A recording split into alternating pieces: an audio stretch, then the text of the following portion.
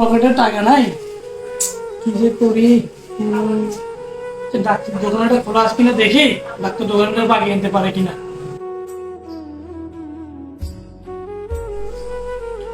দেখতেছি ডাক্তার দোকানটা খোলা, দেখি ডাক্তার দোকানে যাই, দেখি ওষুধ পাই কিনা, বাকি একটু ওষুধ আনতে পারে কিনা।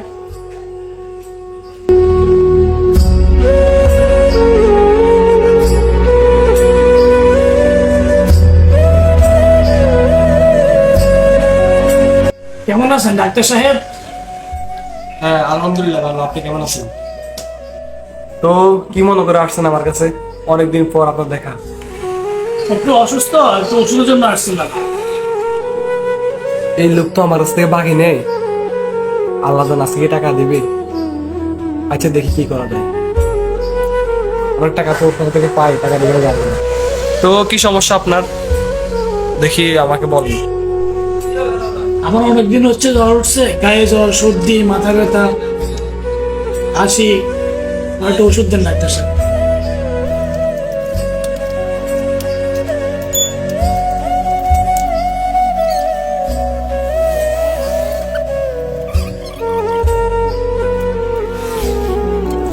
দেন 420 টাকা হয়েছে, টাকা দিন। ডাক্তার সাহেব এখন তো এত টাকা নাই, সকালে দিন নাকি? না ভাই, আপনাকে বাকি দেওয়া যাবে না, আপনার থেকে এমনি অনেক টাকা পাই। যান ভাই, বাইরে চেষ্টা করেন, আমি বাকি দিতে পারবো না আপনাকে। আমি আপনার ফার্মেট কাস্টমার, আপনি মাত্র কয় টাকার জন্য আমার থেকে ওষুধ নিয়ে নিয়েছেন? না ভাই, করার কিছু নাই, আপনার থেকে অনেক টাকা এমনিও পাই। আপনি পার্মানেন্ট কাস্টমার হলে কি হবে? এখন ওষুধটা আমি দিতে পারবো না, সরি, আপনি কোনো কাজটা করেন। তাহলে দিবেন না কেন? আচ্ছা চলে যাইতেছি।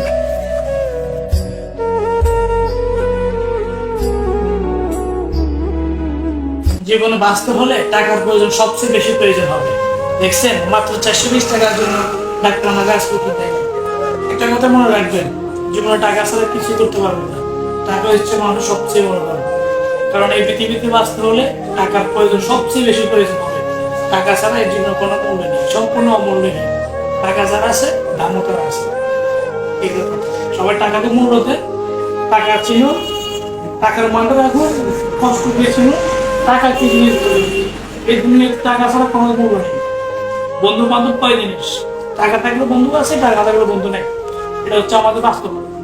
পকেটে টাকা আছে, অনেক বন্ধু আপনার খবর নিয়ে, টাকা নাই, কেউ আপনার খবর নেবে না। এটা যে বাস্তব কথা। দুনিয়াতে বাঁচতে নিজে বাঁচুন, পরিবারকে বাঁচান, এবং যে টাকা, এই টাকার মানটা বাঁধিয়ে রাখুন। ধন্যবাদ সবাই।